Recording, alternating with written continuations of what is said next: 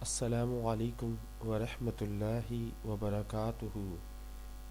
ایک دن ہم سب ایک دوسرے کو یہ سوچ کر کھو دیں گے کہ جب وہ یاد نہیں کرتا تو میں اسے کیوں یاد کروں۔ یہ ہم میں بہت عام ہو گیا ہے۔ وہ شادی میں نہیں آیا تو ہم اس کی شادی میں کیوں جائیں، وہ میت میں نہیں آیا تو ہم اس کی میت میں کیوں جائیں، وہ ہم سے بات نہیں کرتا تو ہم اس سے بات کیوں کریں، وہ ہم سے کنارہ کر گیا تو ہم بھی اس سے کنارہ کر جائیں۔ یہ تمام چیزیں ہمیں ایک دوسرے سے الگ کر دیتی ہیں۔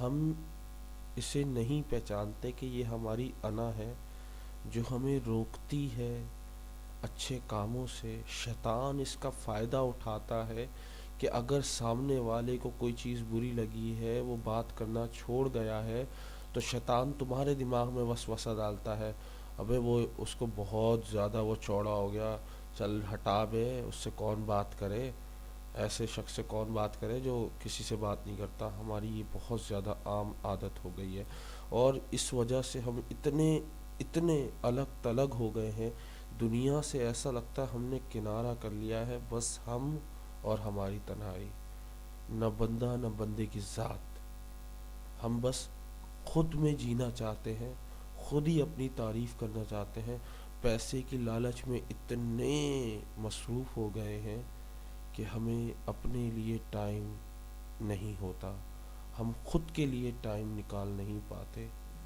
اور ہم لوگوں کو کھو دیتے ہیں یہ سوچ کر کہ وہ ہمیں یاد نہیں کرتا، وہ ہم سے بات نہیں کرتا تو ہم کیوں کریں۔